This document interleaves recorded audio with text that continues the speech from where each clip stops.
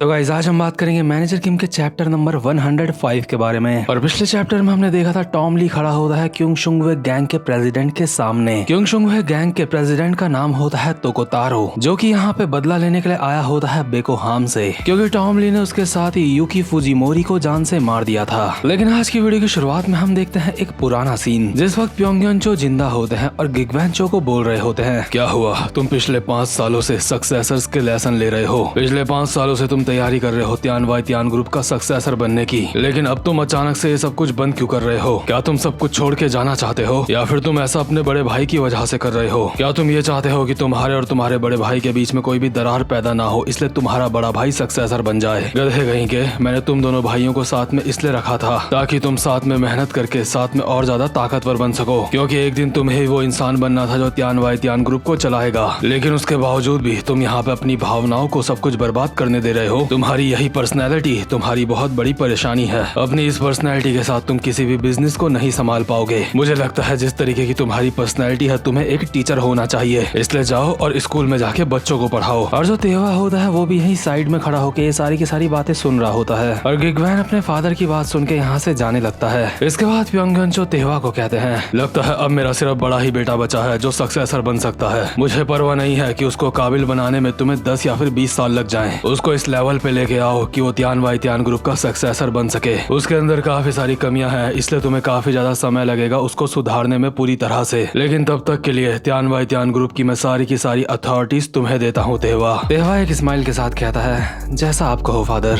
आपको चिंता करने की कोई भी जरूरत नहीं है, मैं हमेशा आपके साथ खड़ा रहूंगा, चाहे कुछ भी हो जाए, मैं आपको कभी भी हारने नहीं दूंगा, क्योंकि आखिरकार मैं आपका तीसरा बेटा हूँ। इसके बाद हम प्रेजेंट मोमेंट में वापस आते हैं, जहाँ पे सैरा सिन टॉम ली से कॉल पे बात कर रही थी। लेकिन अभी जैसे ही सैरा कॉल पे बात कर रही होती है तो वो देखती है उसके सामने जो एग्जीक्यूटिव डायरेक्टर पड़ा होता है बेहोश, वो वापस से अपनी जगह पे उठ खड़ा होता है। और अभी हमें यहाँ पे बताया जाता है जब एग्जीक्यूटिव डायरेक्टर ने सैरा के पेट में चाकू मारा था, उस वक्त सैरा ने अपने पेट के पास स्टैप प्रूफ वेस्ट पहनी हुई थी, जिस वजह से सैरा को चाकू का असर नहीं हुआ था। एग्जीक्यूटिव डायरेक्टर अभी अपनी जगह में उठते हुए बोल रहा होता है, लगता है मैंने इन लोगों को कम समझ लिया था। सैरा सिन, उस वक्त मैंने बिल्कुल भी उम्मीद नहीं करी थी कि तुमने स्टैप प्रूफ वेस्ट पहनी थी। तुमने मेरे उस वक्त इंजेक्शन लगाया जिस वक्त मेरा ध्यान तुम्हारे ऊपर नहीं था। लगता है बेकोहाम के अंदर ऐसे काफी सारे लोग हैं जिनके अंदर कमाल की स्किल्स मौजूद हैं, इसलिए मैं इंतजार नहीं कर सकता बाकी के बेकोहाम के बंदों को देखने के लिए। मुझे उन सबको देखना है। लेकिन ये बहुत ज्यादा अफसोस की बात है कि आपस में खेलने में हमें इतना मजा नहीं आया। और एग्जीक्यूटिव डायरेक्टर सैरा का हाथ पकड़ लेता है और हाथ पकड़ के आगे की तरफ निकल लेता है। दरअसल सैरा का हाथ पकड़ के उसने सैरा के हाथ में एक पिन चुबाई होती है, जिस वजह से सैरा की बॉडी एक जगह पे जाम हो चुकी होती है। सैरा अपनी जगह से हिल नहीं पा रही होती, और एग्जीक्यूटिव डायरेक्टर तेवा के पास जाता है और कहता है,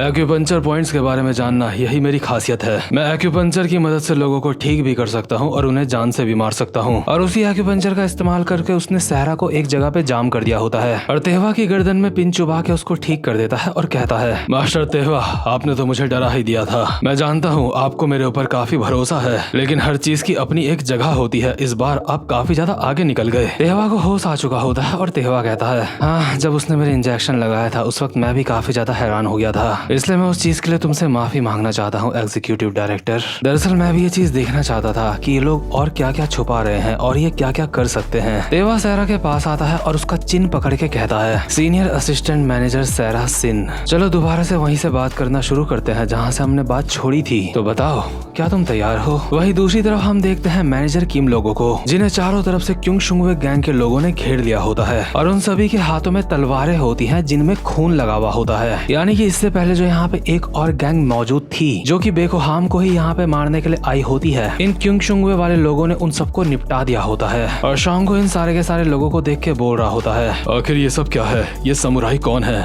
इन्होंने तो यहाँ पे आके उन लोगों को काट के रख दिया। भले ही शांगो बेकोहाम में काम करता है, लेकिन वो मैनेजर किम के बारे में अभी कुछ भी नहीं जानता होता, इसलिए शांगो मैनेजर किम को बोल रहा होता है, ओए नए बंदे, तू जानता है ना कि फाइट कैसे करी जाती है? देख, अगर तुझे डर लग रहा है तो मेरे पीछे ही रहियो। इतने में ही एक बंदा तलवार मारता है शांगो के मुंह पे, पर शांगो समय रहते खुद की बॉडी को नीचे की तरफ झुका लेता है, जिस वजह से वो इस अटैक से बच जाता है। और देखते ही देखते अभी काफी सारे बंदे टूट पड़ते हैं शांगो के ऊपर। शांगो उन सारे लोगों से काफी अच्छी फाइट कर रहा होता है, उन्हें काफी ज्यादा अच्छी टक्कर दे रहा होता है, और फाइट करते करते वो मैनेजर किम को बोल रहा होता है, ओए किम, मैं इस तरह से फाइट करते करते तुझे नहीं बचा पाऊंगा। देख, मैं तुझे बचाना चाहता हूँ, लेकिन ऐसी सिचुएशन में मैं नहीं बचा पाऊंगा। इस वक्त हम एक जंग के मैदान में हैं। तू ये बात समझ रहा है ना? तू समझ रहा है मैं क्या बोल रहा हूँ? लेकिन मैनेजर किम कुछ भी नहीं बोल रहे होते और एक जगह पे चुपचाप से खड़े होते हैं और शांगो अब भी इन समुराइज को मारते हुए बोल रहा होता है, देख, चाहे कुछ भी हो जाए, मैं चाहता हूँ कि तू हर कीमत में जिंदा रहे। अगर तुझे और लंबे समय तक हमारे साथ काम करना है तो तुझे जिंदा रहना होगा। अभी शांगो ने यहाँ पे काफी सारे समुराइज को जान से मार दिया होता है, लेकिन क्योंकि ये समुराई नंबर में काफी ज्यादा होते हैं, इसलिए शांगो खुद से बोल रहा होता है, शिट, मैंने किम को जो भी बातें अब तक बोली वो सुनने में काफी ज्यादा कूल लग रही थी, लेकिन अब तो मुझे भी महसूस हो रहा है जैसे यहाँ से बच पाना इतना ज्यादा आसान नहीं होगा। वहीं दूसरी तरफ हम देखते हैं इन सारे के सारे समुराई का जो लीडर होता है वो बढ़ रहा होता है मैनेजर किम की तरफ, और इसीलिए मैनेजर किम अब तक इतने ज्यादा शांत थे क्योंकि उनको पता था कि ये बंदा उनकी तरफ आने वाला है। इन समुराइज का व्हाइट कोट वाला लीडर मैनेजर किम की तरफ आता है और अपनी तलवार निकालते हुए कहता है, कोरियन,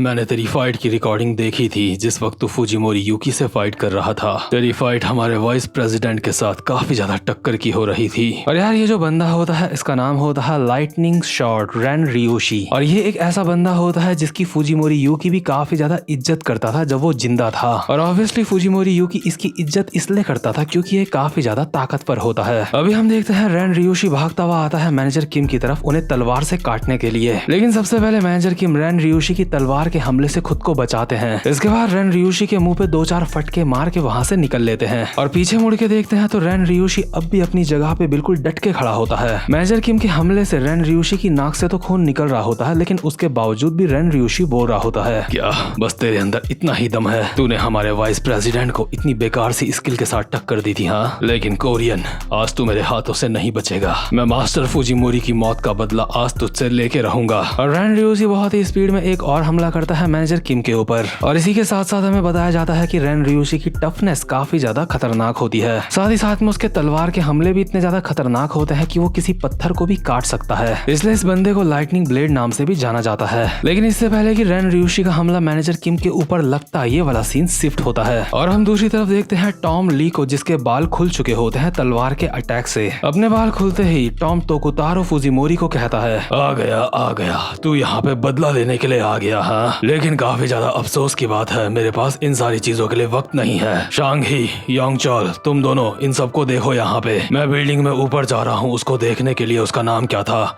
गिगवैंग, पता नहीं क्या था। ठीक है, मैं चलता हूँ, तुम इन सबको संभाल लेना। लेकिन टॉम की आवाज सुन के तोकुतारो के साथ के बंदे कूद पड़ते हैं टॉम के ऊपर हमला करने के लिए और कहते हैं, कुत्ते, तेरी इतनी हिम्मत कि तू हमारे मास्टर की बेइज्जती करे? तेरी हिम्मत कैसे हुई हमारे मास्टर को नजरअंदाज करने की, हाँ? तूने जो गुस्ताखी करी है इसकी कीमत तुझे अपनी जान देके चुकानी पड़ेगी। बट इससे पहले कि ये बंदे टॉम को छू भी पाते, शांगी और योंगचोल यहाँ पे आके इनकी हालत खराब कर देते हैं एक ही हमले में। इसके बाद शांगी और योंगचोल कहते हैं, क्या तूने कहा गुस्ताखी, हाँ? गुस्ताखी बेटे तुम कर रहे हो यहाँ पे, गुस्ताखी हमारे बॉस नहीं कर रहे हैं। इसके बाद टॉम तोकुतारो के पास आता है और उसकी तलवार पकड़ के कहता है, जापानी, मैं जानता हूँ तू यहाँ पे काफी ज्यादा दूर से आया है, लेकिन तुझे इस बारे में फिर से विचार कर लेना चाहिए। बदला एक ऐसी खतरनाक चीज है जिसे तू अभी यहाँ पे अफोर्ड नहीं कर सकता, खासकर तब जब तू एक कंपनी चला रहा हो। मेरी बात मान, अगर तूने अपना बदला नहीं छोड़ा तो तेरा बदला तुझे ही खा जाएगा। एक कंपनी के लीडर को हमेशा समझदारी से काम लेना चाहिए, क्योंकि एक लीडर के फैसले में उसकी पूरी कंपनी का भविष्य निर्भर करता है। और ये कहते हुए टॉम तोकुतारो की तलवार को किसी चॉकलेट की तरह तोड़ देता है और तोकुतारो के ही बगल से यहाँ से निकल जाता है और जाते जाते कहता है, एक बात तो मैं कहना चाहूंगा, तूने कोशिश काफी ज्यादा अच्छी करी थी, इसलिए तू सम्मान के काबिल है, ये बात तो मैं मानता हूँ। मुझे लगता है एक इंसान के पास तेरे ही तरह बहुत ज्यादा बड़ा दिल होना चाहिए, इसलिए अपना सारा का सारा तामझाम उठा और जहाँ से आया था वहाँ वापस चला जा। मैं तेरे ऊपर रहम सिर्फ इसलिए खा रहा हूँ क्योंकि तुझे देख के मुझे अपने एक पुराने दोस्त की याद आ गई। और ये कहते हुए टॉम चौड़े में तोकुतारो के बगल से निकल लेता है। वहीं दूसरी तरफ हम देखते हैं जो एग्जीक्यूटिव डायरेक्टर होता है वो तेवा को बोल रहा होता है, मास्टर तेवा, यहाँ पे थोड़ी सी दिक्कत हो चुकी है। दरअसल जैसा हम सोच रहे थे चीजें अभी वैसी नहीं चल रही हैं। बेकोहाम और उनके साथ के लोग काफी ज्यादा ताकतवर है, जितना हमने सोचा भी नहीं था। तेवा कहता है, इतना कुछ हो सकता है? मुझे लगता है हमने इतना तो सोचा ही था पहले से, ये कोई इतनी ज्यादा बड़ी बात नहीं है, आखिर तुम इतने ज्यादा हैरान क्यों हो? एग्जीक्यूटिव डायरेक्टर कहता है, क्योंकि चीजें अभी सच में काफी ज्यादा बदल चुकी हैं। कोरिया का वो जो बंदा था जिसको हमने हायर करा था उसने अपनी साइड्स बदल ली हैं, यानी कि जून गो अब गिगवैन लोगों की तरफ मिल चुका होता है। और ये बात सुन के तेवा का दिमाग खराब हो जाता है और वो कहता है, क्या तुमने कहा वो पागल अब बेकोहाम के लिए काम कर रहा है? क्या मैं जो सुन रहा हूँ क्या वो सच में सच है? क्योंकि अगर ऐसी बात है तो अब बेकोहाम के पास एक बहुत ताकतवर बंदा आ चुका है। चीजें सच में अब पूरी तरह से बदल रही हैं। वहीं दूसरे सीन में हम देखते हैं गो को, जिसने अपनी खोखरी से कुंग शुंगवे गैंग के लोगों को काट के रखा होता है। गो इस तरह से इन सबको काट रहा होता है कि कुंग शुंगवे के लोग ही खुद ये देख के हैरान होते हैं और अपने ही बंदों को कटते हुए देख के बोल रहे होते हैं, मुझे यकीन नहीं होता ये बंदा एक राक्षस है। आखिर ये है क्या?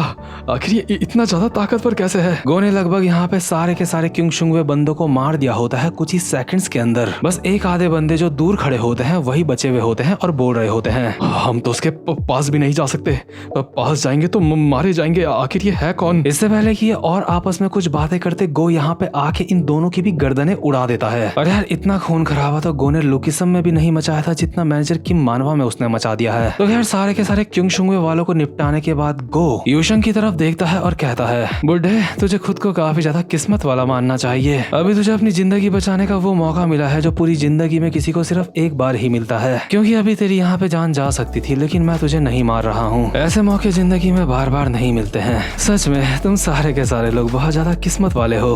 तू सोच रहा होगा मैं ऐसा क्यों बोल रहा हूँ, है ना? मैं ऐसा इसलिए बोल रहा हूँ क्योंकि मैं तुम लोगों की तरफ मिल चुका हूँ। इसलिए चलो 15 मिनट के अंदर अंदर इस सारे के सारे मामले को रफा दफा करते हैं। वक्त आ चुका है इस पूरे के पूरे खेल को खत्म करने का। और जो मौका यूशंग को मिला होता है अपनी जान बचाने का, वही मौका टॉम ली ने भी दिया होता है तोकोतारो को। लेकिन यहाँ पे मुझे गो की एक बात काफी ज्यादा दिलचस्प लगी है कि गो ने कहा कि तुम सब के सब काफी ज्यादा किस्मत वाले हो क्योंकि मैं तुम्हारे साथ मिल रहा हूँ। लेकिन मैं वो सिचुएशन देखना चाहता था कि गो जब इनके साथ ना मिलता, क्योंकि गो अगर इनके साथ ना मिलता तो गो की फाइट होती मैनेजर किम के साथ या फिर टॉम ली के साथ। वैसे गो की फाइट फ्यूचर में टॉम ली के साथ तो होगी ही, लेकिन अभी भी हो जाती तो मजा आ जाता। और उससे भी ज्यादा बड़ी बात, मैं गो की फाइट देखना चाहता था मैनेजर किम के साथ। बट इस मानवा के क्रिएटर को अच्छी तरह से पता था कि मैनेजर किम और गो की फाइट अगर दिखा दी तो वो कुछ ऐसा दिखा देगा जो काफी ज्यादा मतलब हाइप वाली चीज थी। और इतनी खतरनाक चीज अभी क्रिएटर नहीं दिखा सकते मेरे हिसाब से, इसलिए हमें शायद फ्यूचर में कभी देखने को मिल सकता है ये चीज, लेकिन अभी नहीं। वही हम दूसरी तरफ देखते हैं टॉम ली वहाँ पे पहुंच चुका होता है जहाँ पे गिगवैन चो लोग होते हैं। टॉम अपने बाल बांधते हुए तेवा लोगों को कहता है, पहुंच गया,